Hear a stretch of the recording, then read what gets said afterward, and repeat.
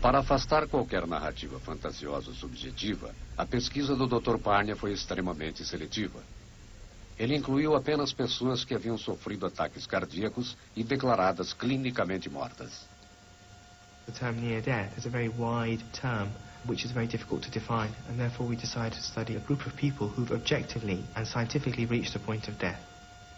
We know from clinical practice that the definition of clinical death is a person who has no heartbeat and no breathing, and also whose brain stops functioning. And looking at what happens to a patient during cardiac arrest is that by definition they have the first two criteria, and that within a few seconds their brain also stops functioning. And therefore we have the closest model to study the dying process. Pacientes que haviam sofrido parada cardíaca eram um grupo de estudo perfeito. O neurologista e neuropsiquiatra Peter Fenwick se uniu ao Dr. Parnia para descobrir o que acontece ao cérebro durante a experiência de quase morte. When you have a cardiac arrest, if you monitor brain waves or the electrical activity of the brain, you find that within 8 seconds it's almost absent. And it's absent throughout the brain, so you don't have little pockets of activity. So, to all intents and purposes, once the heart has stopped, the brain ceases to function. Now, we know from our neuroscience that you cannot have experience without a functioning brain. So, once the brain function has stopped, then all experience must stop. If it doesn't stop for any reason, then you've made a very strong statement, and that is that mind and brain are not the same. Se isso fosse verdadeiro, muitas teorias sobre o funcionamento do cérebro teriam de ser repensadas. A doutora Susan Blackmore há muito tempo vinha estudando experiências de quase morte. Ela é psicóloga e fisiologista e uma das pesquisadoras mais dedicadas a esse fenômeno. Mas, diferentemente de Parnia e Fenwick, ela acreditava que as experiências de quase morte, as experiências fora do corpo, que muitas vezes as acompanham, são simplesmente uma função do cérebro. I think that what's happening during out-of-the-body experiences, which are vivid and dramatic and life-changing experiences in themselves, is that the brain is simply building a different view of itself. I mean, this idea that now I am inside here looking out at this world is just an idea. There isn't really somebody in there. As far as brain science is concerned, you know, what's in here? Millions of neurons, all connected in billions of ways to each other. There isn't a central controller. There isn't a little me in there. All that is a kind of illusion constructed by our language that we live in. And the out-of-body experience is just another very similar kind of illusion in which we construct the idea that now we're out of our body looking down. And it's not such a difficult thing for the brain to do because we have in our memories all the information to do that with. A pesquisa da doutora Susan Blackmore a convenceu de que o que acontecia na experiência de quase morte poderia ser explicado pela função cerebral e pela química, e que não existe prova de que a mente saia do corpo. The tunnel, for example, to me seems very clear how and why you get these dark tunnels with the bright light at the end. We know how the cells in the visual system are laid out, right from the retina in the back of the eye, right the way through the visual system to the visual cortex at the back of your brain here. There are lots of cells devoted to the middle of the visual field, what you're looking at, and very few devoted towards the outside. Now, what happens when you get into shock, when you have lack of oxygen, is all the cells start firing randomly. Now, what's that going to look like? With lots of cells devoted towards the middle and very few towards the outside, it's going to look like bright light in the middle, dark towards the outside.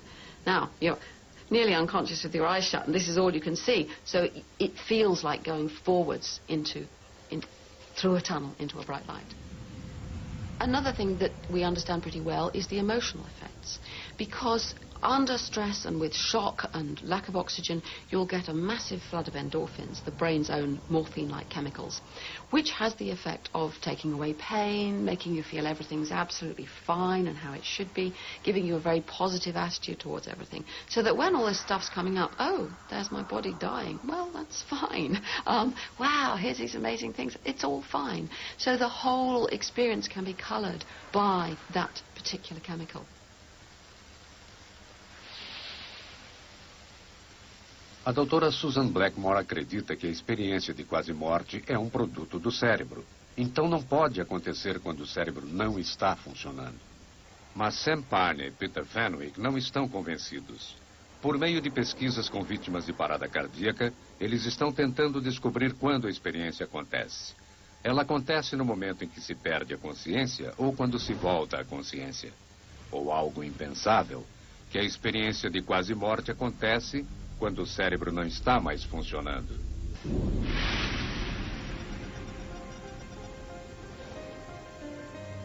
Centenas de quilômetros dali, na Holanda, Pim van Lommel, um cardiologista do Hospital Rijnstadt em Arnhem, estava fazendo o mesmo tipo de pesquisa de experiências de quase morte em pacientes que tiveram uma parada cardíaca. O Dr. van Lommel e sua equipe conversaram com mais de 300 sobreviventes de ataques cardíacos no período de 2 dias após o incidente. Eles descobriram que 41 das vítimas vivenciaram o fenômeno. Um dos entrevistados era um homem que fora encontrado num prado em meio a um ataque cardíaco. Ele foi levado ao hospital, onde os médicos empregaram os procedimentos de ressuscitação cardiopulmonar. Durante esse tempo, ele apresentou os 3 sinais de morte clínica. Os batimentos de respiração haviam parado e suas pupilas estavam dilatadas.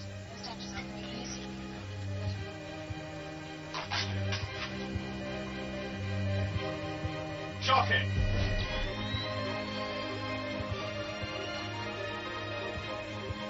Mesmo depois de estabilizado, o paciente permaneceu em coma por 1 semana. And after 1 week, he came back on the cardiac ward, and the nurse who was there during the resuscitation came in for the first time to give him medication, and the patient said, "You were the one who was there when I was brought in." You were there when they brought me into the hospital. You took the dentures out of my mouth and put them on that cart. It had all these bottles on it. There was a sliding door underneath, and there you put my teeth. And the nurse was flabbergasted. He said, "This is not possible. Possibly this patient was in deep coma, couldn't see anything." But the patient told him that he could see everything from above his body. And he could see the doctors and the nurses, what they done. So during the period of coma, he could perceive in a position out and above his body. Embora esse fosse um exemplo intrigante de uma experiência fora do corpo e parecesse mostrar a possibilidade da mente de vivenciar situações, mesmo em coma profundo, não revelou o momento preciso em que o evento aconteceu.